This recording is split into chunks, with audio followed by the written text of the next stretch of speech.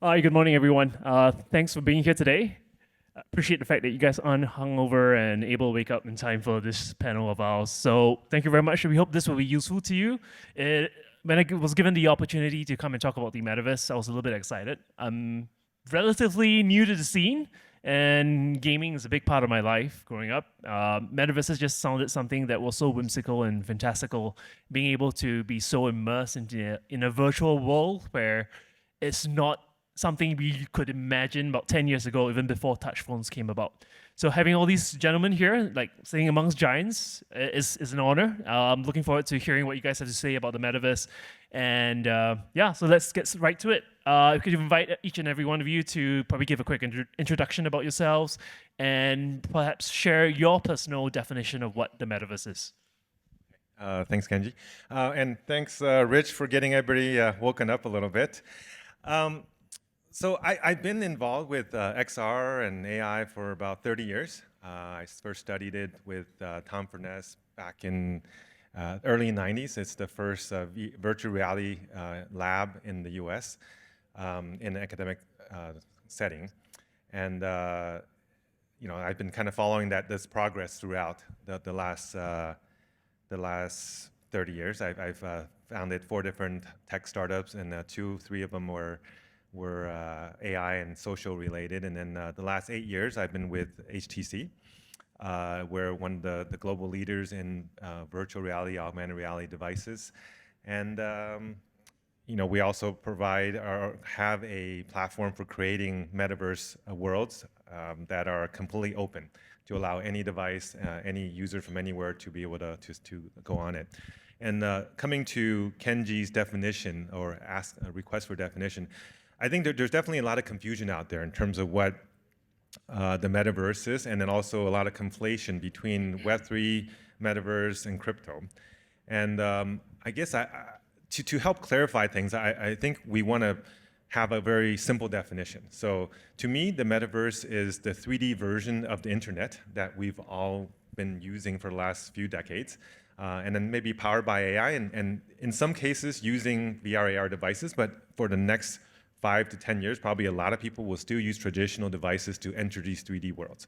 Whereas Web3 is really more about crypto and more about blockchain, and using that as a foundational technology to create smoother transactions, as well as portability of assets and contents in some of these virtual worlds. So they're related, but they're definitely not synonymous. So just to give a simple definition. Hi, I'm Josh Neuman, Executive Vice President and President of Entertainment at Super League Gaming. The metaverse and the gaming space is somewhat new to me, although I've been here now for maybe about 3 years. I've spent the majority of my career in the music business, originally as an artist manager, where I co-founded Crush Management, home of Fall Out Boy, Miley Cyrus, Sia, Lorde, Green Day. After that, I managed Tiesto for about 6 years, and I've always been interested at the intersection of artists, brands, and content, and started a creative agency that worked with talent, and we ended up doing a lot of programs that had some of the firsts of their kind in branded entertainment. Twitter's first branded experience, then I got HP and Intel to fund it. We did all these great programs, and then we realized that the brands were spending a ton of money on media to help push those experiences out. And we were like, oh, we're not getting any money for media, we should start a media platform. So we went around to various entities and did a joint venture with Vice Media, where we started a platform called Thump under their umbrella. And a couple years later, they ended up acquiring us. And off the back of that, I co-founded 88 Rising with Sean Miyashiro, and I was the COO there for about 7 years. During the pandemic, hanging out at home with my 2 kids that are now 10 and 12, when they couldn't get together with their friends in person, they were all online playing different games, and normally I don't think I would have paid too much attention, but given the time and that we were all in tight quarters, I started to really pay attention to what they were doing. And they were on all of these different platforms, jumping from one to another and on with all of their friends. And as I spent more time, I was like, hey, you know what? Your friends are on it. Your friends' friends are on it. In fact, every kid I know happens to be on this platform, and they're engaging in ways that I never could have imagined, and it actually was healthy and positive. So that led me to explore what they were actually doing, and that led me to Roblox and Fortnite and Minecraft, where I was giving them lots of money, and my initial goal was, hey, maybe I can get $1 back here. But as I learned about these platforms, I realized that some were more open than others, and that there was a huge opportunity for creativity and user-generated content. And the biggest question that I had was, where are the brands, and can I do a music concert here? And I just started asking a lot of questions, and a lot of the feedback I got was, yes, you can do all of it. And then I was like, well, why aren't they here already? And it just seemed like no one knew about it. This was back in 2020. So I left 88 Rising, and I started a company called Melon to focus on developing experiences on these major platforms. When I say the major platforms, again, Roblox currently has 250 million monthly active users, and between Minecraft and Fortnite, another, 250 or so. And so that started my journey in this space, and we'll talk more about it, but I'm really happy to share thoughts. My definition of the metaverse is similar to Alvin's. I think it's a parallel digital reality that where users can create a new identity for themselves and create an avatar and dress that avatar up in whatever they want and buy new skins and items and earn them. And it's really a place for communication, collaboration, and building, and especially in this UGC world that we'll talk about a bit more. But I think that there's been a lot of using the word metaverse for absolutely everything. And I think that your definition of kind of defining that these are really communities, and oftentimes they're not interoperable. They're in their own spaces at the moment, but it really is quite different than an NFT drop or Discord, although they all do play some roles together occasionally. Good morning. My name is Steve Good. I'll keep it brief because I know we've only got 17 minutes left. So it's interesting. I was a gamer for many years of my life. I came actually from the fintech world, but I'll just describe my gaming world for the moment. And I run a company called Dreams Quest. So what's interesting for me is when I was kind of playing games younger, and so some of them were 3D world games, and we didn't use the word metaverse, but I started seeing the word metaverse being used, especially being in crypto. And I thought, I wonder if we're rebranding something which has existed for a while called RPG, open world, just being able to explore freely, like with the way Decentraland created an environment. And then I worked for a couple of years in virtual reality. I had a company with one of my business partners, and we were just exploring, looking at content. I actually went to Stanford University's virtual reality labs, which was probably the most insane experience I've ever had. It was back in 2013. And this was before HTC and before Facebook had their Oculus and all that. And the guy that ran this lab he took us into a room, and this room was, it was just padded walls and the floors. And you walk in the room and he says, put the goggles on. And you're like, okay. The floor starts rumbling below you and you're thinking, oh my God, what's happening? And you're looking down and you're like, oh shit, there's nothing there except for a little plank that I'm supposed to walk on. He says, walk the plank. And you're like, what? What am I supposed to do now? And the room is rumbling and there's sound, and it was a completely immersive experience like nothing I've ever experienced before, and it was like this wow moment. But of course, you're not going to do that in your homes because you're not going to pad the walls and put speakers everywhere and have sound and have lighting experiences and all of that. But it was a kind of an introduction to how does virtual reality cross into the realms of our reality. it also gave me a moment of pause, and I said, I don't know if I want to live in this reality, because I'd like to just live in like normal reality and shake hands with people and know them and like them and have that connection. But as you've said, the idea that you can use technology to, and I have children that are almost the same age as yours, just 1 year apart each.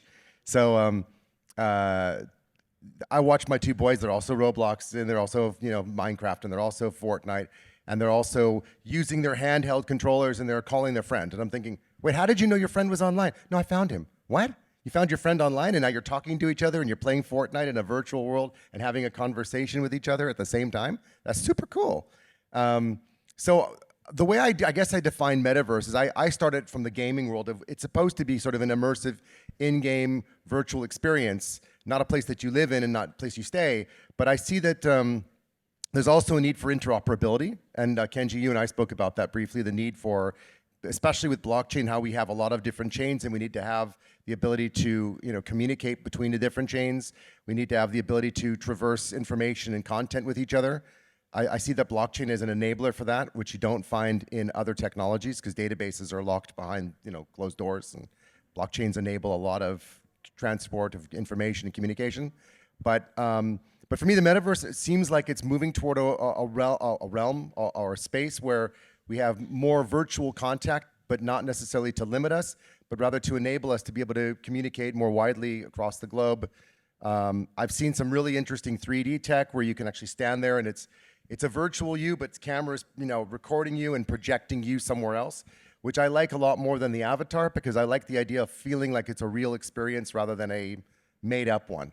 So I think there's a lot of work we're going to do over the years to really define what Metaverse truly is. I don't think any of us really know exactly where it's going, but I certainly like the idea of being able to open up a lot more options and possibilities for all of us to communicate better.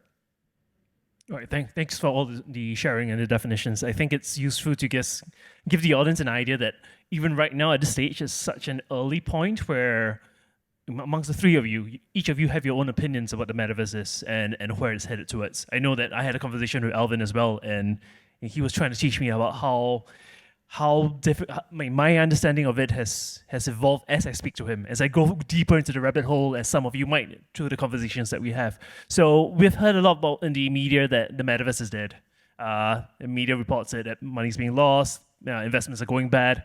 But the fact that developers, whether in the hardware or software industry, are still coming in and they are making the efforts to grow the industry speaks volumes of the fact that it's still alive and thriving. So I'll give you guys an opportunity to just share what each of your companies are doing now to bring the metaverse forward and make it more immersive for everyone. Alvin.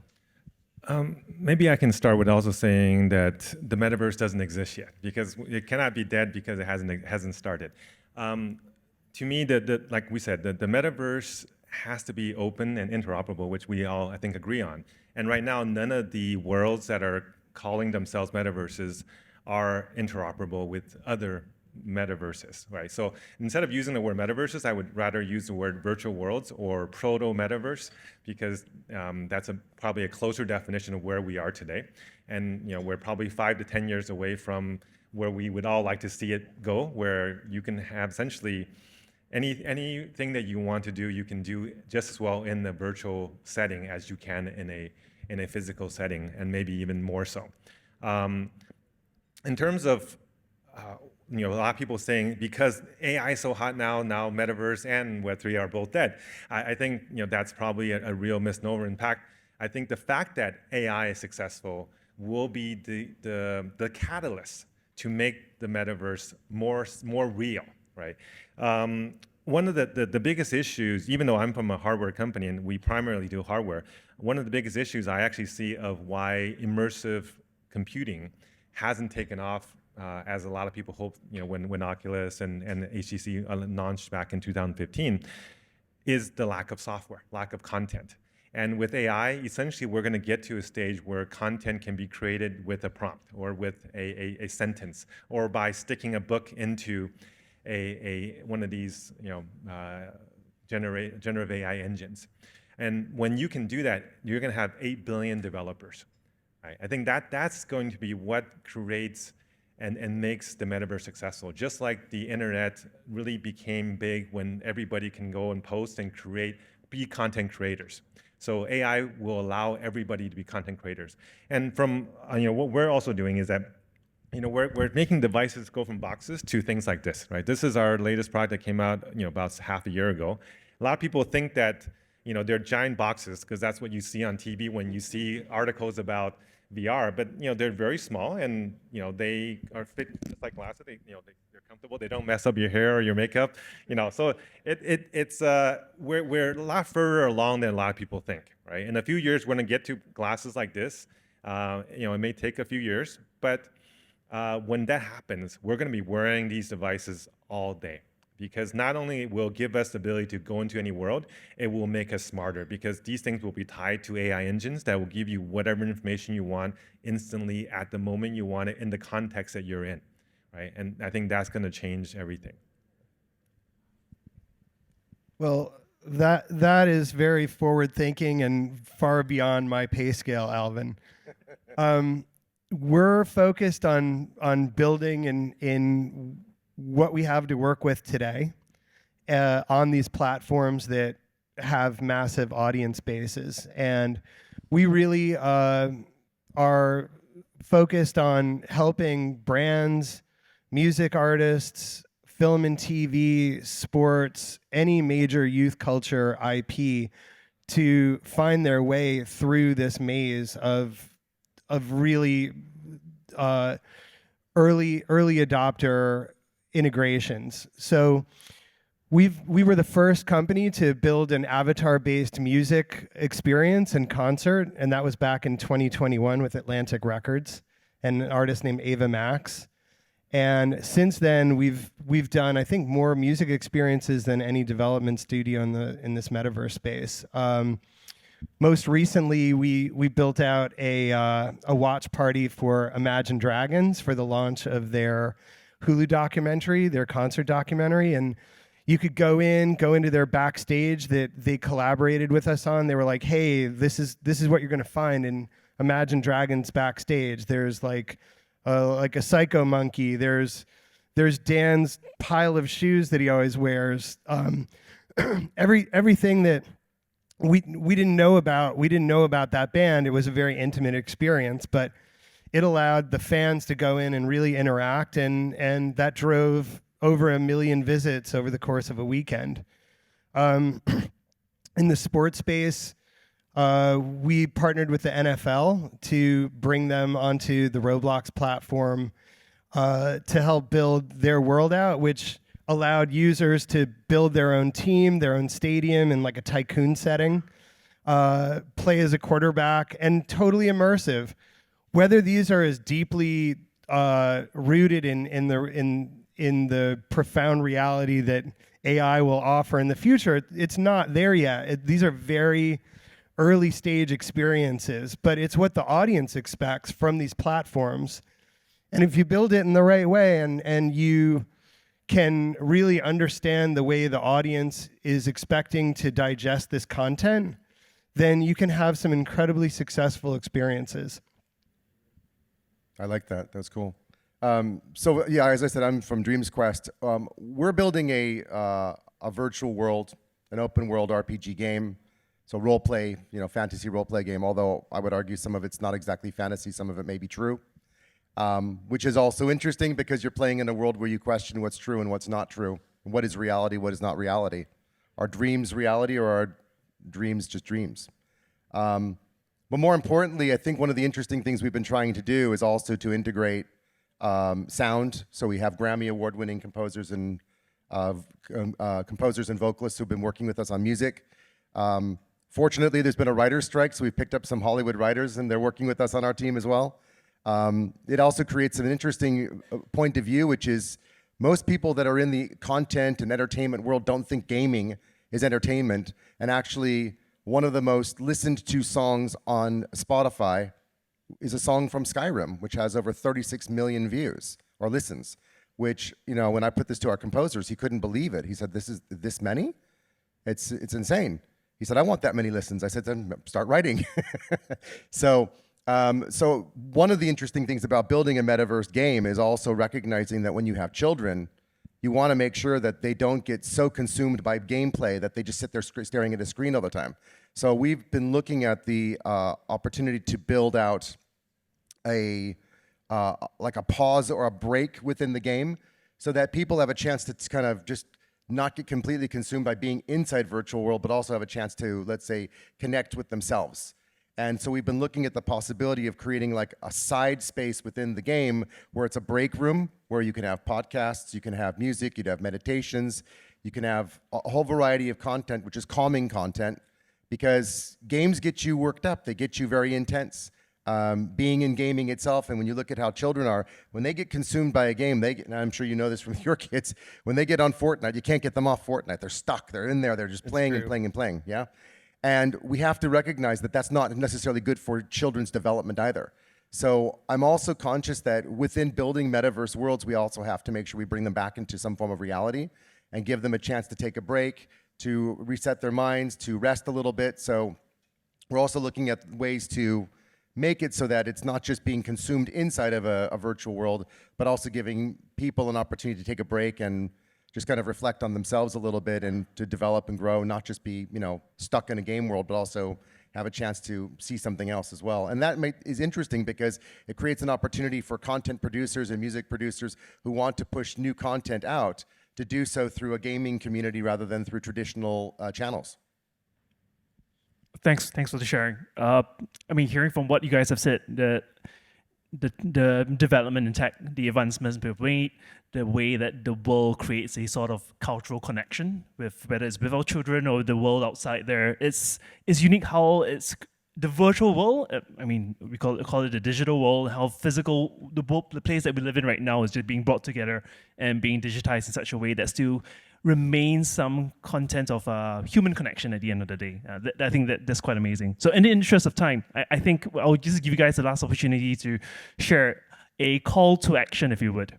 If you had the opportunity now to speak to everyone out there and tell them that now's the time to start looking at getting into the metaverse, investing in it, or starting an interest in it, what would you tell people? Alvin? So actually, I had this talk with my daughter. She just, my elder daughter just graduated from college and starting work, and she's really concerned that she's going to lose her job in a year or two because of AI. So it is something that I think about a lot, and my other daughter is graduating in another year. So what I tell them is that what we're going to see in the next few years is that technology, both from AI and the metaverse side, are going to dramatically change our world. Most white-collar jobs will be replaced or displaced or augmented by these technologies. And they need to become versed in it, both in terms of knowing how to use it, as well as maybe creating skills that are not dependent on rote knowledge and information. Right? Most of people who go to school, they're all about getting good grades and passing tests, and especially in Asia, that's like the big thing. Where more and more so in the future, soft skills are going to be more and more important. The ability for you to communicate, for you to storytell, for you to be able to be empathetic, for you to have philosophical background and ethical backgrounds that go beyond just a particular skill set. Those are the things that are going to be difficult for AI to replace and for you to have continued value in society. So, for those of you who have children, I think most of you probably do, spend more time with them and spend more time coaching them to be better people and to be more complete people versus just in a specific skill set, which I think our prior education system has been very focused on. So that's my advice. That's much more profound than mine. Thank you, Alvin. I would say that we're really looking at a generation of youth that really doesn't see a huge difference between the real world and the digital. And if you are a brand owner or have any part of your existence that needs to be reaching larger audiences, it's very important to understand that philosophy. Virtual goods are valuable. Ones and zeros actually are something meaningful. young people feel that their digital identities are just as important as their real life identities, and their relationships and their connections through online are just as important as off. And I think it's really important for the grown-ups to respect that. And to your point, Alvin, to use that to nurture those kind of relationships and development. So when I was, let's say, a bit younger, must have been in the early 90s, and there was this transformation taking place where people started connecting their computers to networks. And there was a lot of conversation about there'll be no jobs because all the computers are being connected. And you roll forward 10, 20 years, and there are so many jobs in development. It's insane. It's like it took over. And everybody who said they would have no jobs suddenly had more jobs than they could imagine. There were, there's never a shortage of dev jobs. There's more dev jobs opening than there are filled roles. It's constant. And so actually what's I think really interesting is that every time we go through a transformation in technology, there are these leaps that we take where we just jump to the next level in technology. Chips get smaller and the jobs get harder. And perhaps I think what we're going to experience is another leap forward in terms of a new wave of jobs that we just can't see yet. Because we couldn't see it then until it suddenly happened, and now we have people doing Unity development and virtual 3D development and 2D development and software development and stuff for banking and Python and stuff for C# and it's like it's endless. How many different software code languages have we got now? And then there's Rust and there's Solidity. So who would have thought there was going to be that many languages to program for so many different possible ways? Maybe we're on the verge of another level of transformation in technology that's not about just Metaverse, not just about AI, but a transformation of all the opportunities that we have, not just on the ground, but what about up in space? Because I think we oftentimes think about just look at Metaverse, but isn't there a much bigger universe that we should be progressing? Shouldn't we be accelerating the way we develop airplanes to fly faster, cars to be more efficient? And we've been stuck since the 60s. I don't think we've really seen development like progressive development in transportation or exploration. Perhaps this is the next wave that will happen because of the fact that we're developing new technologies. I think in some ways AI may help with that because it'll accelerate the development that we can't foresee. It moves faster. But it allows us more creativity, as I think one of you said about creativity and just thinking a bit more widely and empowering us to think a bit more. Sometimes if we spend all our time looking at the PC and programming, we don't have time to think. I also watch how people are all on their phones all the time and they don't talk to each other. So maybe we also have to figure out how to limit that, because communication and forward thinking comes from talking to each other and communicating and having forward thinking ideas and sitting in boardrooms and not being on the phone, but actually talking. So I think that perhaps there's an age of enlightenment that could come from all of this too. That's just my forward optimistic view, that there's a lot of opportunity that comes through technology change. Well, thanks for all of that. I think to wrap it up is like we started the conversation on how tech has brought us so far, and then we ended off being that we can't forget the essence of what it means to be a human person, the need for connection on a personal level. I think that's really, really important. So with that, thank you very much for the sharing over there. I hope it was a great time for the audience down here. Feel free to connect with us after the session, and thank you very much for your time. Thank you. Thanks everyone.